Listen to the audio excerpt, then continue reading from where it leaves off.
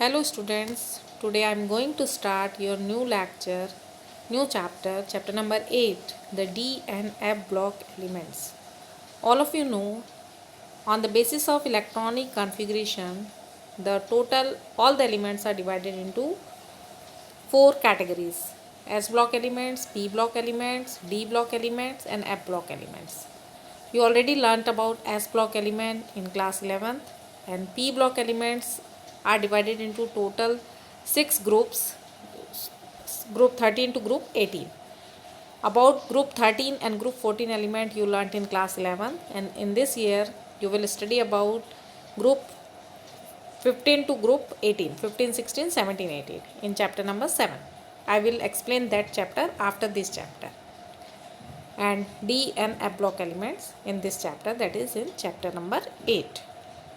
Now what are D block elements? The elements which are present between S and P block elements in the modern periodic table are called transition elements.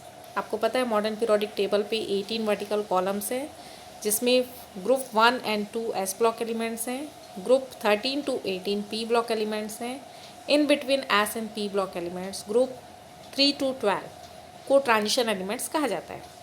In elements का last electron penultimate shell के D orbital पे enter करता है. Therefore these elements are also called D block elements. इनको transition elements इसलिए कहा जाता है क्योंकि इनका behaviour S to P block element change होता रहता है. Transition means change. Therefore they are called transition elements. But transition elements are defined as those elements whose last electron enters in D orbital of penultimate shell. ऐसे element जिसका last electron D orbital of penultimate shell में enter करता है, means outer से पहले वाले orbital के D sub shell में एंटर करता है, उन्हें ट्रांजिशन एलिमेंट कहा जाता है. उनको डी ब्लॉक एलिमेंट्स कहा जाता है, नॉट ट्रांजिशन एलिमेंट्स. लेकिन यदि आपको ट्रांजिशन एलिमेंट्स को डिफाइन करना है तो transition elements are those elements whose atom or any one of the stable oxidation state has partially filled D sub shell. Means ऐसे एलिमेंट जिसके एटम और किसी भी एक स्टेबल ऑक्सीडेशन स्टेट में partially filled D sub shell होता है, उनको ट्रांजिशन एलिमेंट्स कहा जाता है. It means transition elements have partially filled n-1 D orbitals. n is for valence shell, n-1 means penultimate shell. Penultimate D orbital partially field होता है. Then इस definition के according Zinc, cadmium and mercury.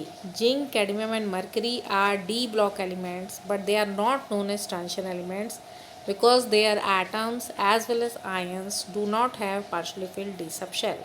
क्योंकि उनके atom और किसी भी stable oxidation state में partially filled D sub shell नहीं होता है, इसलिए जिंक, कैडमियम एंड मर्करी को ट्रांजिशन एलिमेंट में कंसिडर नहीं किया जाता है, though they are D block elements. The general valence shell configuration of transition element is n-1 d 1 to 10. n-1 d पे 1 से 10 तक इलेक्ट्रॉन हो सकते हैं. All of you know the maximum capacity of D sub shell is 10. And ns 0 to 2 means valence shell case में 0 से लेके 2 electron हो सकते हैं. Now transition elements are divided into 4 series. Transition elements की 4 सीरीज़ होती है. ये आपको रेड से जो दिख रहे हैं वो ट्रांजिशन एलिमेंट है. तो पहला जो है वो 4th पीरियड में स्कैंडियम टू जिंक, ये 3D सीरीज़ होती है जिसमें लास्ट इलेक्ट्रॉन 3D में एंटर करते हैं. Scandium, titanium, vanadium, chromium, manganese, iron, cobalt, nickel, copper and zinc. Atomic number 21 to 30. Then yttrium to cadmium, second transition series. It is also known as 4D series. Last electron enters in the 4D. Yttrium to cadmium 39 to 48, 39 से लेके 48 तक. And third transition series which is known as 5D series. Last electron enters in 5D. Lanthanum to mercury. And the last series which is known as 6D series start from actinium. खाली यहाँ पर actinium दिया हुआ है, but इस series का में last electron जो है 6D में एंटर करता है. Means transition elements are divided into 4 series: 3D series, 4D series, 5D series and 6D series. 3D series in 4th period, 4D series in 5th period, 5D series in 6th period and 6D series in 7th period. Now general characteristic of transition elements. First characteristic, metallic character. All the transition elements are metals. This is because the number of electrons in outermost shell is only 2. All of you know that metals generally have 1, 2, 3 electron in their outermost orbit. तो transition elements metals होते हैं क्योंकि उनके outermost में 2 electrons होते हैं. They are hard, malleable and ductile due to presence of strong metallic bond. क्योंकि इन पे पार्शली फिल्ड डी सबशेल होने के कारण ट्रांजिशन मेटल्स के एटम के बीच में स्ट्रॉन्ग मेटेलिक बॉन्ड होता है, इसलिए ये हार्ड मेटल्स होते हैं, मेलेबल होते हैं, डक्टाइल होते हैं. Then transition metals crystallizes in all the 3 face-centered cubic, hexagonal, close-packed and body-centered cubic crystals. ये वाला पॉइंट जो है मैंने अभी आपको सॉलिड स्टेट चैप्टर नहीं एक्सप्लेन किया है. That is your first chapter. Actually it was deleted last year from the syllabus. इस साल अभी ऐड हुआ है, तो मैं आपको ये चैप्टर बाद में बताऊँगी. तो इस चैप्टर को जब मैं एक्सप्लेन करूँगी तो ये पॉइंट आपको क्लियर हो जाएगा. मीन्स अलग अलग क्रिस्टल स्ट्रक्चर्स होते हैं, उसमें BCC किसे कहा जाता है, FCC किसे कहा जाता है, वो आपको उस समय समझ में आ जाएगा. Then along with metallic bond, transition metals also show covalent bonding due to presence of unfilled d orbitals. And because they are metals, they are good conductor of heat and electricity. Means they are tough metals. Then melting and boiling point. Transition metals usually have very high value of melting and boiling point due to presence of strong metallic bonds. Transition metal में strong metallic bond होने के कारण इनका melting and boiling point high होता है. Zinc, cadmium and mercury metals have lower melting and boiling point as they have completely filled d orbitals. Zinc का atomic number 30 है, उसमें 3d10 होता है. Cadmium का atomic number 48 है, उसमें 4d10 होता है. मरकरी का एटॉमिक नंबर 80 है और उसमें 5d10 होता है. तो इनके जो d ऑर्बिटल्स है कम्प्लीटली फिल्ड होने के कारण इनके बीच में इंटर एटॉमिक बॉन्ड जो तो मेटलिक बॉन्ड होता है वो वीक होता है, इसलिए इनका मेल्टिंग एंड बॉइलिंग पॉइंट कम होता है. Means due to unavailability of vacant d orbital, their metallic character as well as melting and boiling point जो होता है as compare to other transition elements कम होता है. And metals towards the middle of each transition series have highest melting point. Means 4 transition series है, उसके बीच में जो एलिमेंट प्रेजेंट होगा उसका melting point rest of the element से ज़्यादा होता है. ये आपको इस ग्राफ में दिया है कुछ मेटल्स का comparison. Chromium, iron, cobalt, sodium and magnesium. Sodium तो एंड मैग्नीशियम तो एस ब्लॉक एलिमेंट्स हैं, दे आर सॉफ्ट मेटल्स. उनका मेल्टिंग एंड बॉइलिंग पॉइंट उनका मेल्टिंग पॉइंट इस स्लाइड में दिया हुआ है, कम है. लेकिन आयरन, कोबाल्ट एंड क्रोमियम जो हैं वो ट्रांजिशन एलिमेंट्स हैं, डी ब्लॉक एलिमेंट्स हैं और इनके मेल्टिंग पॉइंट ज़्यादा है. और क्रोमियम जो है मिडिल ऑफ द सीरीज़ में है तो उसका मेल्टिंग पॉइंट सबसे ज़्यादा है. Then atomic and ionic radii.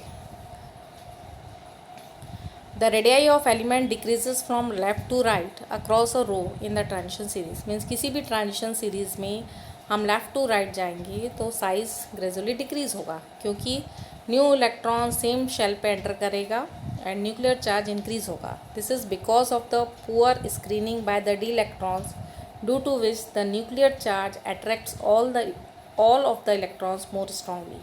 Hence a contraction in size occurs. Means जब हम लेफ़्ट टू राइट जाएंगे जैसे जैसे एटॉमिक नंबर बढ़ रहा है, नया इलेक्ट्रॉन तो सेम डी ऑर्बिटल में एंटर कर रहा है, लेकिन न्यूक्लियर चार्ज बढ़ने के कारण force of electrons for the electron nuclear side पे बढ़ जाएगा और साइज़ छोटा होता जाएगा. And atomic radii for the elements from chromium to copper are very close to one another. Means first series में chromium atomic number 24 to copper atomic number 29 almost same होता है. This closeness in atomic radii is due to the shielding of outer 4s electron by 3d electron from the inward poles of nucleus. क्योंकि यहाँ पर फिर pairing start हो जाती है after chromium में 3d5 होता है, जब आयरन होता है 3d6, तो डी इलेक्ट्रॉन्स की पेयरिंग होने के कारण स्क्रीनिंग हो जाती है, जिसके कारण न्यूक्लियस का इफेक्ट जो होता है वो आउटर इलेक्ट्रॉन के लिए कम हो जाता है, इसलिए साइज़ जो होता है बहुत ज़्यादा चेंजेस नहीं होते हैं. Means chromium to copper size very close होता है. इस पे दिया है, देखिए आपको स्लाइड पे फर्स्ट सीरीज़ का साइज़, एटॉमिक मेटलिक रेडियस दिया है, increasing atomic number, scandium to zinc. उसके बाद पहले डिक्रीज़ हो रहा है लेकिन बाद में ऑलमोस्ट सेम हो गया है। दोनों से दो सीरीज़ का दिखा हुआ है आपको, first series and second series, दोनों में पहले डिक्रीज़ हो रहा है लेकिन फिर ऑलमोस्ट सेम हो गया है फर्स्ट सीरीज़ में, एंड सेकंड सीरीज़ में थोड़ा सा बढ़ भी गया है क्योंकि बाद में फिर स्क्रीनिंग, पेयरिंग ऑफ इलेक्ट्रॉन होने के बाद स्क्रीनिंग इफेक्ट आ जाता है जिसके कारण न्यूक्लियस का इफेक्ट कम होने लगता है। Now the next property is ionization energy. Ionization energy आपको पता है, ionization energy means amount of energy required to remove the most loosely bonded electron from an isolated gaseous atom is called ionization energy. The first ionization energy of transition elements are higher than those of S block elements and lower than P block elements. Means S block से इनकी ionization energy ज़्यादा है और P block से कम है. It means they are less metallic than S block and more metallic than P block elements. मतलब S के comparatively इनका metallic character कम है लेकिन P के comparatively इनका metallic character ज़्यादा है. In a particular transition series, ionization energy although increases gradually as we move from left to right, but this increase is not appreciable. अभी आपको बताया था कि जैसे जैसे लेफ्ट टू राइट जाएंगे तो साइज़ छोटा हो रहा है, तो आपको पता है आयनाइजेशन एनर्जी साइज़ का इन्वर्सली प्रोपोर्शनल होता है। मीन्स साइज़ छोटा हो रहा है तो आयनाइजेशन एनर्जी बढ़ेगी, लेकिन जो बढ़ने में जो इंक्रीज़ है वो अप्रिशिएबल नहीं है। अभी आपको बताया था कि साइज़ फिर बाद में ऑलमोस्ट सेम हो जाता है। The increase in ionization energy is due to increase in nuclear charge. The effect of increase in nuclear charge is partly balanced by increase in screening effect. मतलब न्यूक्लियर चार्ज तो बढ़ रहा है लेकिन D electron के pairing के बाद screening effect भी बढ़ रहा है। Consequently, the increase in ionization energy along the period of D block element is very small. बढ़ता तो जाएगा क्योंकि साइज़ छोटा हो रहा है, लेकिन ये जो बढ़ना है वो बहुत स्मॉल रेंज से होता है क्योंकि स्क्रीनिंग इफेक्ट स्टार्ट हो जाता है after the middle of the series. In transition elements on moving along the period the addition of extra electron in the n-1d level takes place. ये मैंने ऑलरेडी आपको एक्सप्लेन किया है कि एक्स्ट्रा इलेक्ट्रॉन, जैसे आपका स्कैंडियम है 3d1, उसके बाद आपका टाइटेनियम आ गया 3d2, दैन वेनेडियम आ गया 3d3, दैन क्रोमियम में एक्सेप्शन होता है 3d5, मैंगनीज 3d5, फिर आयरन 3d6। मीन्स कोई नया शेल ऐड नहीं हो रहा है, इलेक्ट्रॉन उसी डी ऑर्बिट में जा रहा है। This electron provides a screening effect and shield the outer NS electron from the nucleus pull. और ये जो इलेक्ट्रॉन्स होते हैं वो न्यूक्लियस को शील्ड कर लेते हैं, जिसके कारण जो न्यूक्लियस का इफेक्ट आउटर इलेक्ट्रॉन पे होता है वो कम हो जाता है। Then because of this shielding effect of D electrons the effect of nuclear charge on outer NS electron is somewhat less than that actual nuclear charge. Means effective nuclear charge कम हो जाता है। Thus the effect of increasing nuclear charge and shielding effect created due to expansion of n-1d orbital oppose each other. मतलब ये दोनों जो effect हैं एक दूसरे को अपोज करते हैं। न्यूक्लियर चार्ज इंक्रीज़ हो रहा है जिससे अट्रैक्शन बढ़ना चाहिए, लेकिन शील्डिंग इफेक्ट के कारण न्यूक्लियस का जो पुल है वो आउटर इलेक्ट्रॉन के लिए कम हो जाता है, तो ये दोनों इफेक्ट एक दूसरे को अपोज करते हैं। In account of these counter effect the ionisation potential increases rather slowly on moving in a period of the first transition series. यही रीज़न है कि जैसे जैसे हम लेफ्ट टू राइट जाते हैं इन अ ट्रांजिशन सीरीज, तो आयनाइजेशन पोटेंशियल साइज छोटा होने के कारण बढ़ना चाहिए लेकिन वो स्लोली इंक्रीज होता है due to these two opposite effect. That's all. These are some properties of transition elements. Now rest of the properties we will discuss in next lecture. That's all. I think all the point clear to all of you.